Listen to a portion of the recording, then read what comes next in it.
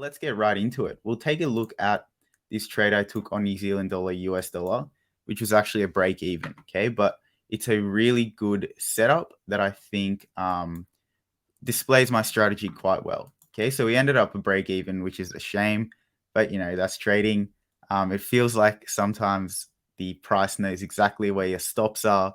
I was talking to some of the people in my Discord, and it's pretty annoying, but that's just the way trading is. You win some, you lose some, and some go to break even, which is fine. Okay, so we actually entered on this breaker structure right over here. Okay, it was a very nice last kiss setup, which if you guys watch me, you'll know that I really love. It's just a box breakout strategy. Okay, so we had this sort of structure over here. We had multiple touches on either side, price failing to break above or below the key level. Okay, then what happens is price pushes up higher. Okay, and we get a 4H to close above this key level. Okay, then price pushes back to this key level. Okay, and at this stage, which is right over here. Okay, so here's the break right over here. Then we push back to the 4H. Okay, at this stage, I flip to my entry time frame on the 1 hour time frame. Okay, then what we see is clear evidence that price is likely to reject this key level. We see a massive wick rejection. Okay, and very big straight away. We see some momentum shift. Okay, but I like to enter on double bottoms, okay, because it just creates a more confluence. Okay, so didn't enter on that first one because we didn't get that massive push. Okay, we come back, create some more wicks, and then we see another momentum shift. Okay, so really nice trade in the end, but unfortunately we hit break even, and then moved our stop, and we got stopped out of break even, which is fine, not the end of the world. Okay, so simply just a nice breakout and a retest. And again, I'm not concerned about these little things over here because they're just fake outs. Okay, not going to change the structure of the market. Okay, and you can see that on the 4 hour time frame.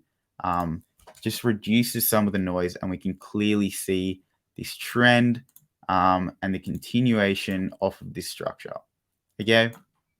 The other trade I took was on Euro GBP, which was a very close call. I'll just bring it up right over here.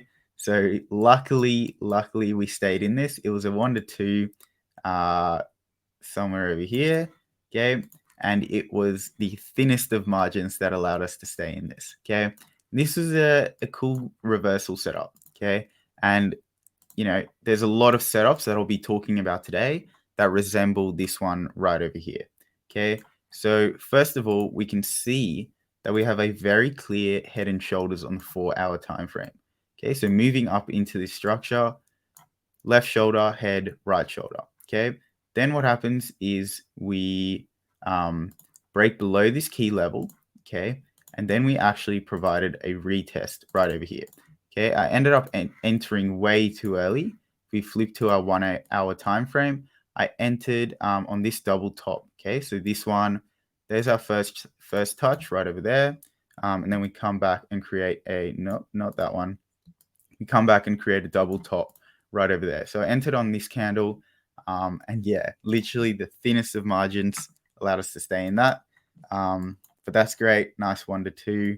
Yeah. And then last night we saw some Japanese yen weakness, which I was able to capitalize on. I'm not sure if this is still here. Yep, there you go. Okay, so another nice 1 to 2. Just a break below this key level, retest, and then we see a double top, multiple weak rejections, and that lower high being made. Okay, so very simple trading. We took some losses as well on, I believe, what was it?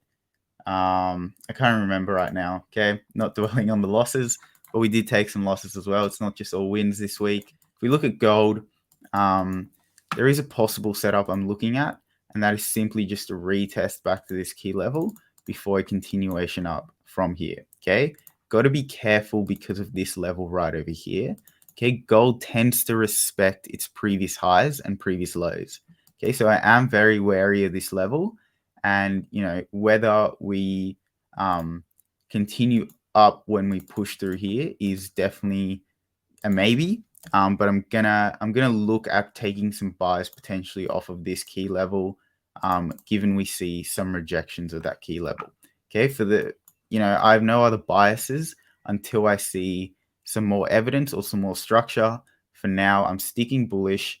Okay, could even look at if price breaks above here, some retest and continuation from there. Okay, but I've got to see that rejection in the form of some weak rejections, patterns, and engulfing candles when price comes back for that retest. Okay, let's have a look at Australia dollar, US dollar. Now, evidently, the Australian dollar was massively bullish this week. Okay, we're just pushing up and pushing up and pushing up. Now, for next week, I have no reason to believe that's going to change. We're making higher highs, we're breaking structures, we're holding structures. So for next week, I mean, all I can really look at this stage is price coming back to this key level, okay, and providing a retest and a rejection. Okay, on that rejection, I want to see some wicks, and I want to see price create some nice patterns that we can trade. If we flip to the 1 hour, we can see that we do have some cleaner structure.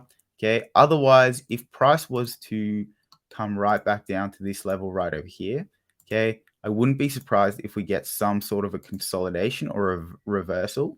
If we see that happening, okay, I'd be very keen to see if we could break below the previous high-low structure right over here, okay, and break this trend to the upside with this US dollar strength, okay. Although the Aussie dollar is very strong, the US dollar is also very strong. So it will be very interesting to see if the Aussie dollar can continue this bullish run.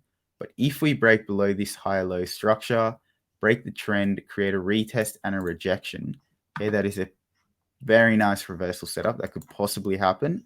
Okay, but until then, we have to remain bullish, okay, because we can't trade against the trend. Okay, we have to trade bullish and trade retests and rejections off of this key level. Okay. If you're looking for a broker upgrade, we have an amazing offer just for you. Thanks to our partnered broker Axie, you may qualify for a 30% deposit bonus when you sign up using our link in the description below.